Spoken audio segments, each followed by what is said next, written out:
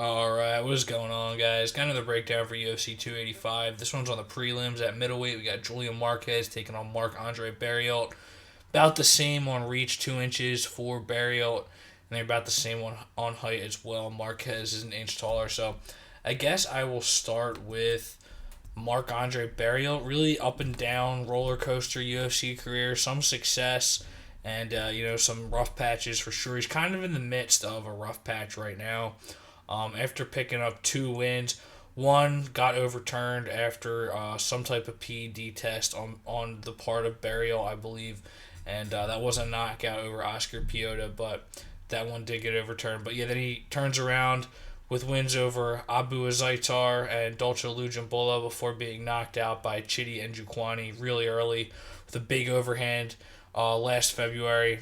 And then he picks up a win against Jordan Wright, but it's Jordan Wright. It's kind of just like a free bingo slot in terms of UFC wins. Wright shoots for a takedown and just gets caught in a guillotine. And then against Anthony Hernandez, I think Anthony Hernandez is solid. He's just always improving, and he kind of pushed the fight that Barriault usually pushes on his opponents. It was Hernandez taking him down, Hernandez pushing him into the fence and controlling him. And he eventually works in an arm triangle in the third round. He was also winning the striking exchanges too. Just an all-around, fairly dominant win for Hernandez in that one. Was never really in trouble. So Barriault definitely looking to bounce back after that one. But yeah, his game has been a lot of clinch work and takedowns. That's what wins him his fights. When he loses, it's when he gets controlled in the grappling, more or less, other than the Chidi Njokuani knockout. A lot of these fights are when he just doesn't have the grappling advantage. He's not able to push the fight that he wants to push, but he's got very good cardio, fairly good power in close, but his striking defense not as good, and I don't like the way he's been wearing shots in these last few fights. Against Anthony Hernandez, it was a little concerning to see him get outstruck at range fairly comfortably in that one. And, he got put away right away against Njokuani, who is a big power puncher. But, Marquez has some power himself, so we'll have to watch out for that. But, yeah, I think I think we can say that striking advantage goes to Marquez and the grappling advantage goes to Barriault. Only thing I don't like is he's not really all that much of a finisher. I mean, maybe I shouldn't say that. He does have a couple finishes in the UFC, especially if we count the one that got overturned. But yeah, in recent years it seems like a lot of decisions. So we'll see. But against Julian Marquez, last time we saw him was against Gregory Rodriguez. Got knocked out pretty bad. Was never really in trouble in that one. Rodriguez was. I mean, a couple nice shots for Marquez, but Marquez took a lot of punishment. Was basically out on his feet and gets put away in the first round. So it's good that we haven't seen him in there in a while. It's been a long time, and he's got plenty of time to recover from that bad loss because he had won 4 of his last 5 against UFC opponents prior to that one. Knockout of Phil Hawes on the Contenders series.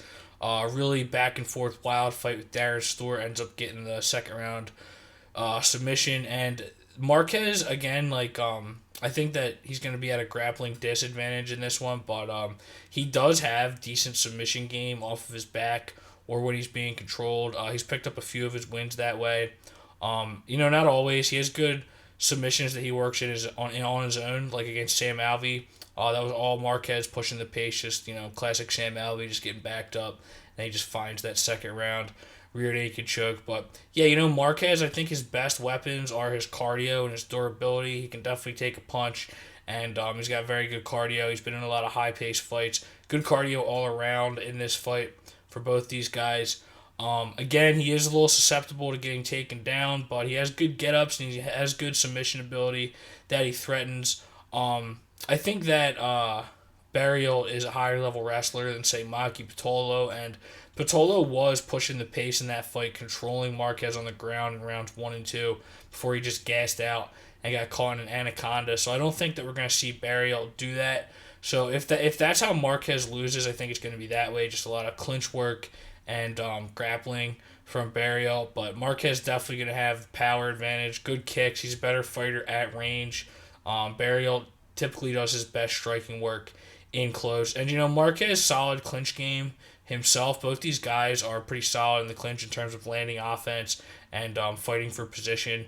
I still give the edge to Barriault in terms of the ability to win position and control the exchanges on the fence, but again, Marquez far from lost in the clinch. So, we look at the odds here, and Marquez is at plus 130, and I'm going to go with him. But, this fight could really go either way. When I first looked at it, I thought that his grappling and clinch game would be enough to just wear on Marquez and pick up a comfortable decision, but, that could easily happen. I think this is a coin toss fight. Just a little bit more value on Marquez, I would say, but yeah, that could easily happen, but Marquez is kind of tough to put away. Rodriguez did it, but big time power puncher for the most part. Rodriguez definitely has a lot of power. And I just don't see Barriault being able to put him away all that easily. And if that's the case, then I think it would just be a stressful bet to bet on Barriault. I think that Marquez has a little bit more of an ability to finish this fight. I like his striking at range, and again, I just don't like the way Barriault's looked in these last couple fights, especially at range. He just doesn't look the same. He's not wearing shots like he used to, and again, I'm not trying to say that Barriault's done or anything. I'm not trying to read too much into that, but yeah, that's just my read on it over the last couple fights. The one thing I will say is I was shocked that the Tapology votes are in favor of Marquez, 67% for Marquez, a vast majority of them going by knockout or submission. So I guess that kind of lends into what I'm seeing on the fight tape. I do think that Marquez by finish is his best path to win this fight. Also, not a ton of output on the feet for Barriault.